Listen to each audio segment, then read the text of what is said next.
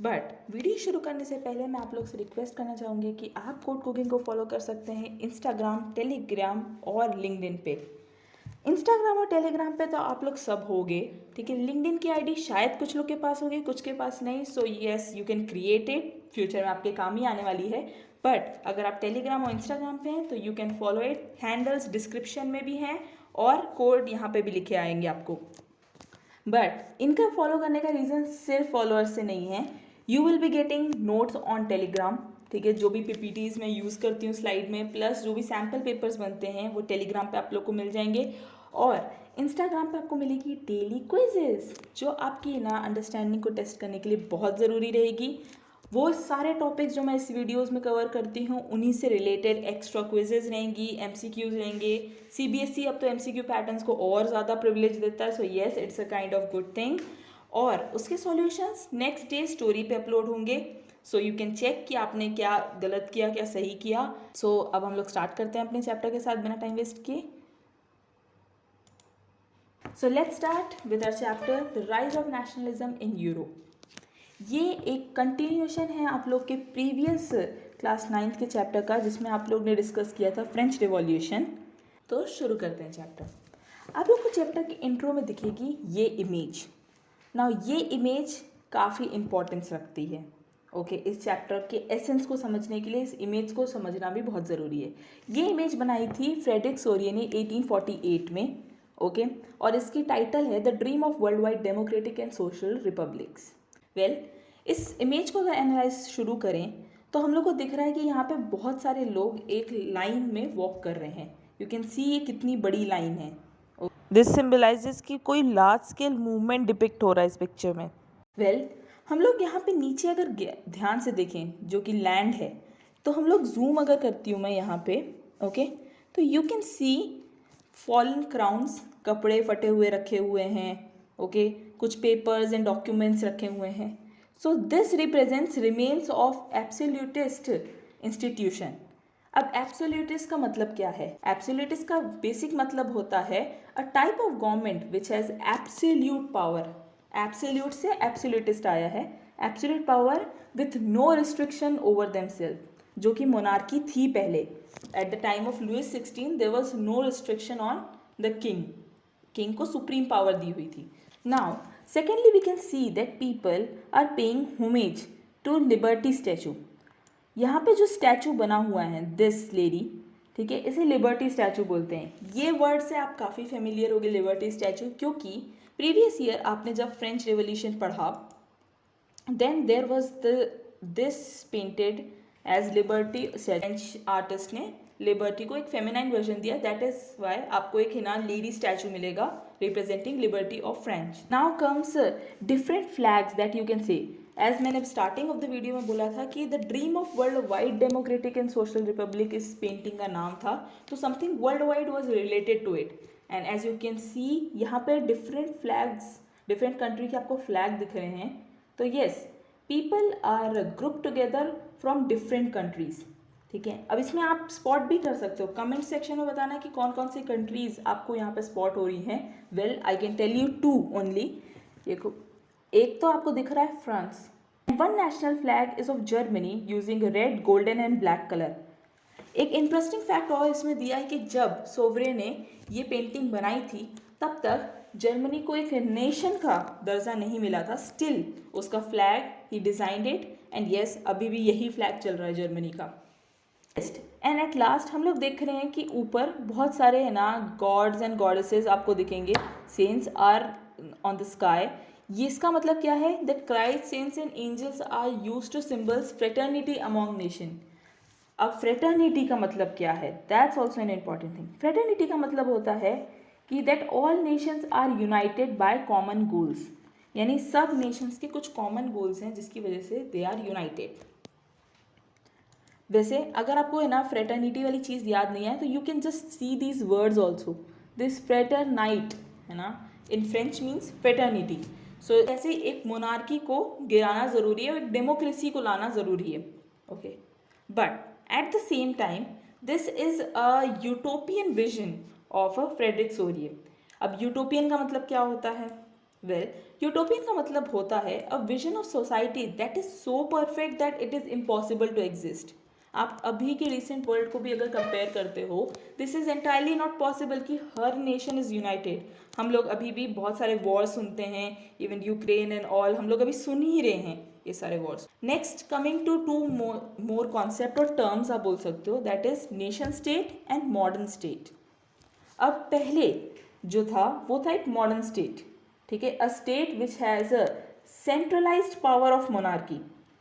मतलब modern state, भले ये थोड़ा सा आपको बोलते हैं ना कंफ्यूज कर सकता है वर्ड मॉडर्न, ठीक है, but yes, modern state is a state which has centralised power of monarchy, यानी सारी पावर से मोनार्की से हाथ में होगी, king has the highest power.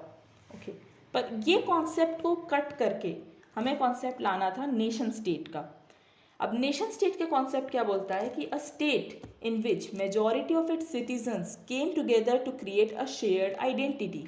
Now shared identity मतलब कि एवरी इंडिविजुअल का बहुत बड़ा रोल है, ठीक है, टू मेक अ नेशन। मतलब नेशन सिर्फ एक नहीं है, जैसे मॉडर्न स्टेट में सेंट्रलाइज पावर थी कि मोनार्की वॉज ओनली वन और वो ही है सिर्फ, ठीक है, मतलब एक स्टेट को मोनार्की से जाना जाएगा। बट नेशन स्टेट के कॉन्सेप्ट में क्या था कि एक स्टेट को हर उसके सिटीजन से जाना जाएगा, so they create a shared identity. और इसमें कॉमन गोल्स का भी कॉन्सेप्ट आता है कि yes they have a common goals कि साथ ग्रो होना है, साथ फ्रीडम चाहिए। So yes, now coming to Ernest Renan. आप लोग के ना एनसीईआरटी बुक में there is a separate column for it, okay, dedicated to कि अर्नेस्ट रेनिन जो कि एक फ्रेंच फिलोसफर थे, ठीक है, उनने ना एक कॉन्फ्रेंस में प्रेजेंट किया था एक ऐसे that was named as what is nation. Okay, ना इसके कॉन्सेप्ट थोड़े से अलग हैं जो अभी हम लोग पढ़े, जस्ट अभी हम लोग ने पढ़ा है कि मॉडर्न स्टेट से हम नेशन स्टेट बनाना चाहते थे जिनके कॉमन गोल्स थे और शेयर्ड आइडेंटिटी थी। Okay, but criticize the idea that nation is not formed by a common language, race, religion or territory. So according to him, सिर्फ एक रेस की वजह से, एक रिलीजन की वजह से या एक टेरिटरी की वजह से, यानी इन सब के बेसिस से बायस हो के आप किसी रीजन को एक नेशन नहीं कह सकते। कि फॉर एग्जांपल इंडिया का अगर लिया जाए एग्जांपल, सो सिर्फ एक हिंदी स्पीकिंग पीपल जहाँ तक रहते हैं, सिर्फ उस एरिया को इंडिया कहोगे, ये गलत है। We have an extension towards Pakistan side and we have an extension towards eastern sides जहाँ पे लैंग्वेज हिंदी नहीं है but still they are part of India. So yes, हम लोग सिर्फ एक रेस, रिलीजन या टेरिटरी या लैंग्वेज के बेसिस पे किसी भी रीजन को नेशन नहीं कह सकते according to Ernest Renan. Now next thing, as per him a nation is the culmination of long past of devotion, sacrifice and endeavours. Culmination का मतलब होता है कि क्लाइमेक्स पॉइंट, यानी एक पीक पॉइंट होता है ना, nation is a peak point, है ना, of a long past of devotion, sacrifice endeavours. हम लोग को अपने ना हिस्ट्री में अगर देखा जाए तो we have studied about freedom fighters, different types of आंदोलन एंड ऑल। तो वो एक टाइप का डिवोशन एंड सेक्रीफाइस है जो पहले के लोग कर चुके हैं हम लोगों के लिए to create this democratic nation. Okay, a nation is a large scale solidarity and its daily existing is plebiscite. Plebiscite का मतलब क्या होता है? Plebiscite is a direct vote by which all the people of a country are asked to accept or reject. Country नहीं, region बोल सकते हैं, not basically a country, it's a region for that. इसका मतलब क्या हुआ यहाँ स्टेटमेंट में कि nation is a large solidarity, और पहला it's daily existence is plebiscite. Daily existence मतलब यानी हर दिन पीपल को चॉइस दी जाती है कि वो किसी नेशन के रूल्स या रेगुलेशन को एक्सेप्ट कर सकते हैं या रिजेक्ट कर सकते हैं।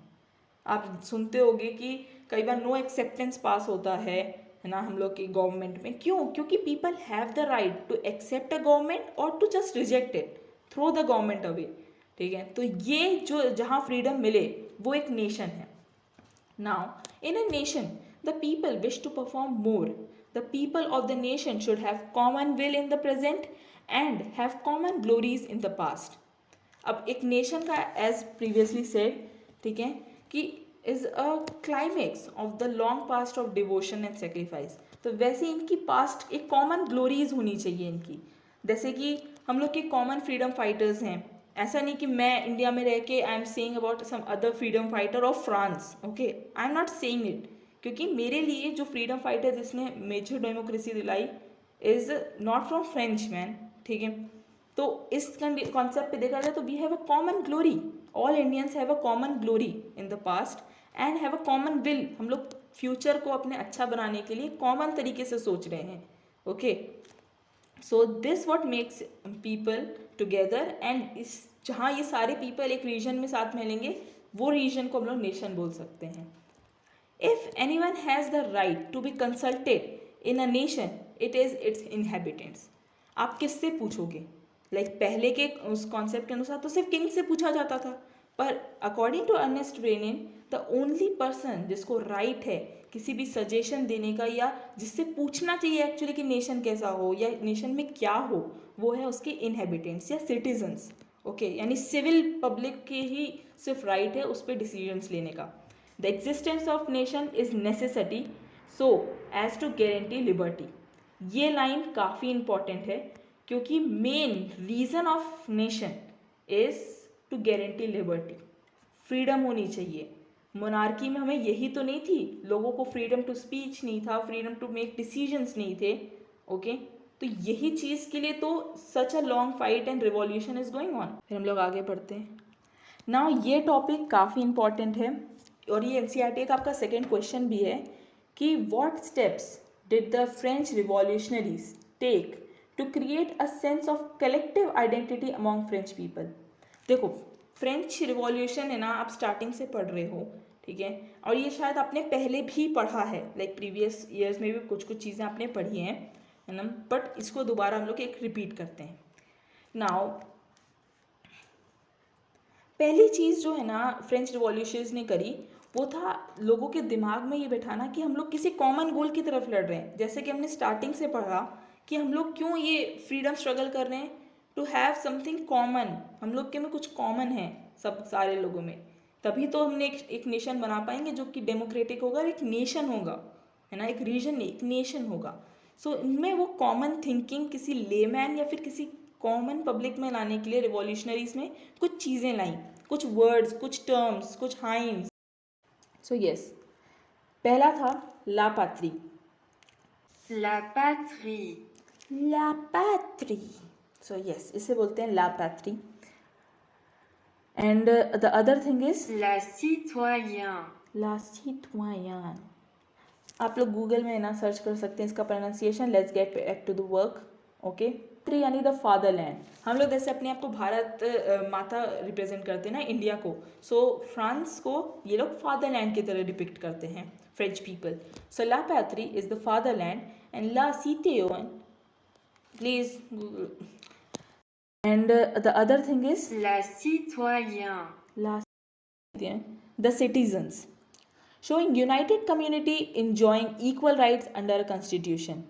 ये पहला इनका मोटो था कि हम लोग है ना ला पैत्री एंड ला सिटुएन को वर्ड्स को इंट्रोड्यूस करें उनके बीच में, ठीक है।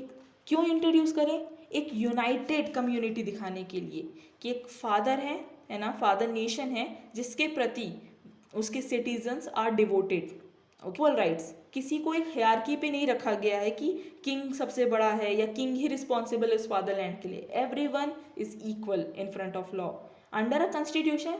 डेमोक्रेसी की सबसे बड़ी है ना एक रिक्वायरमेंट होती है कॉन्स्टिट्यूशन होना, एक लॉ बुक होना जिसके अनुसार हर चीज़ होगी। Next comes the flag. आप लोग इस फ्लैग से काफ़ी परिचित हो गए, ये है फ्रांस का flag, okay.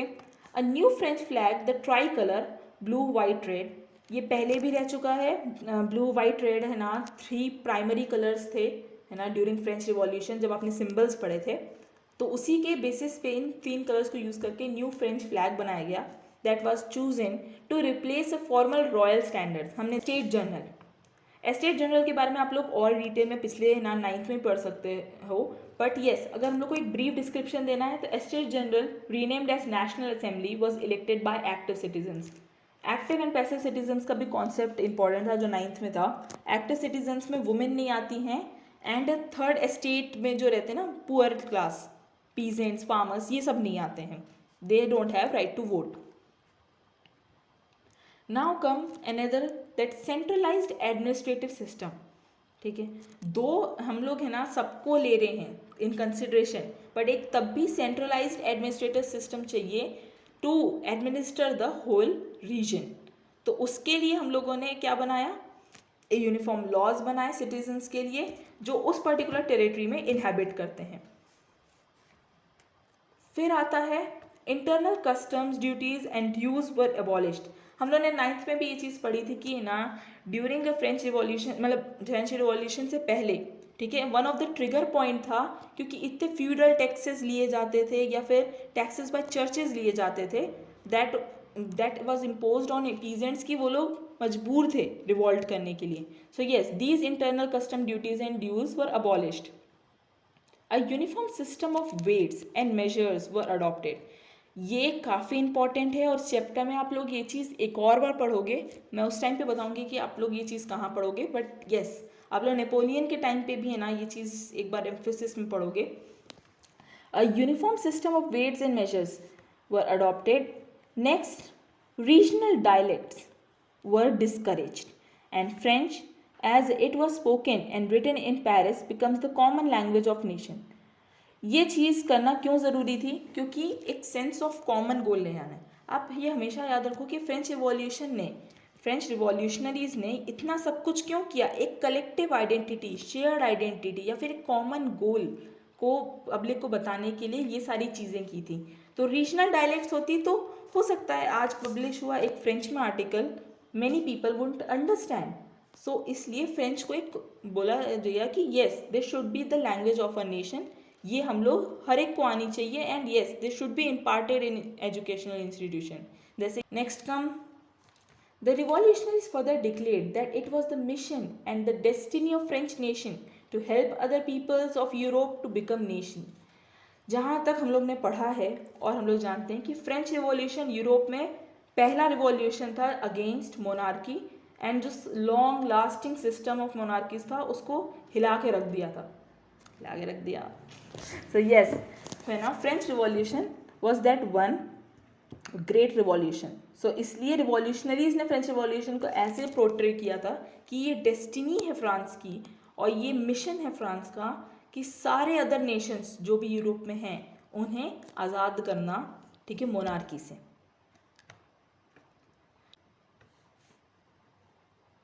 Well, as far आप समझते हो कि फ्रांस से धीरे धीरे फ्रेंच रिवॉल्यूशन स्प्रेड हुआ पूरे यूरोप में, और पहले ये गया स्विट्ज़रलैंड, बेल्जियम एंड होलैंड में। होलैंड आई मीन अभी नीदरलैंड्स में हो गया है, ओके यस। तो ये यहाँ पे स्प्रेड हुए, धीरे धीरे जैकोबिन क्लब्स खुलने लगे। अब आपने जैकोबिन क्लब कहाँ सुना है, ये भी आपने पढ़ा है अपने 9th में, जिनके लीडर थे मैक्सिमिलियन रॉबेस्पियर, ओके। धीरे धीरे इन सारी जगहों पे बेल्जियम, होलैंड, स्विट्जरलैंड, इनमें है ना जैकोबिन क्लब्स खुलने लगे। होता है हमारा फर्स्ट टॉपिक या इंट्रोडक्शन ऑफ दिस चैप्टर। इसके आगे there is one more paragraph about Napoleon Bonaparte, ठीक है, पर मैं उसे अभी इस वीडियो में नहीं कवर कर रही हूँ क्योंकि हम लोग का जो नेक्स्ट टॉपिक होगा the making of Napoleon Bonaparte या फिर the rise of Napoleon Bonaparte, okay, उस टॉपिक में हम लोग इस चीज़ पे एम्फेसिस करेंगे कि नेपोलियन बोनापार्टे कौन थे, नेपोलियन का कोड क्या था, ठीक है, सिविक कोड उनने किया था वो क्या है और कैसे राइज हुआ उसका, ठीक है, इस चीज़ पे हम लोग डिस्कस करेंगे नेक्स्ट वीडियो में।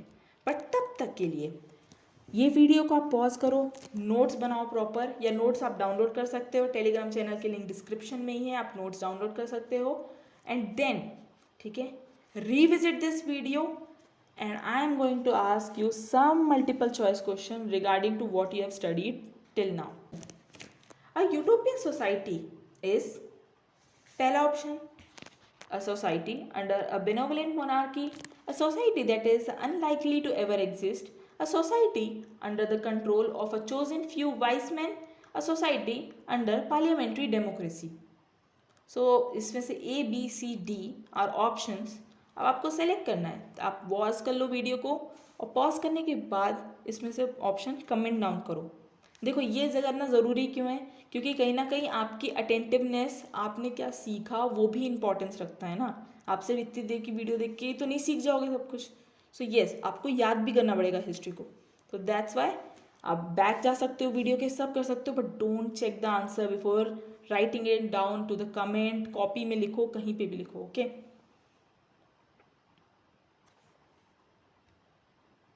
well, the answer is a utopian society is a society that is unlikely to ever exist, and third, a society under the control of a chosen few wise men. ठीक है, अब ये third वाला क्यों हम लोग ने किया है सिलेक्ट, क्योंकि कहीं ना कहीं डेमोक्रेसी को हम लोग ने एम्फेसाइज किया था. अगर मैं आपको पहली इमेज दिखाऊं, ओके, तो यहाँ पे आप देखो dream of world wide democratic and social republic लिखा है. डेमोक्रेसी वर्ड, डेमोक्रेसी यानी the only elected one will be able to make decisions. और इलेक्ट कौन करेगा? नॉर्मल सिटीजन्स या एक्टिव सिटीजन्स. सो इसका आंसर होगा 2 and 3 both. Now second question, choose the correct nationality of the artist Frederick Sorie, who visualized in his painting a society made up of a democratic and social republic. ये question है ना, अगर आपको अपनी history book में नहीं मिले, पहले तो आपको मिल जाएगा हिस्ट्री बुक में. Okay, just read the context of it, आपको मिल जाएगा ये चीज़. यू कैन गूगल इट, क्योंकि ये सिर्फ एक जनरल नॉलेज क्वेश्चन है. आई बेयरली गेस कि ये आता है कभी आपके बोर्ड्स एग्जाम में, बट यस, अगर आ गया तो just it's about like attention.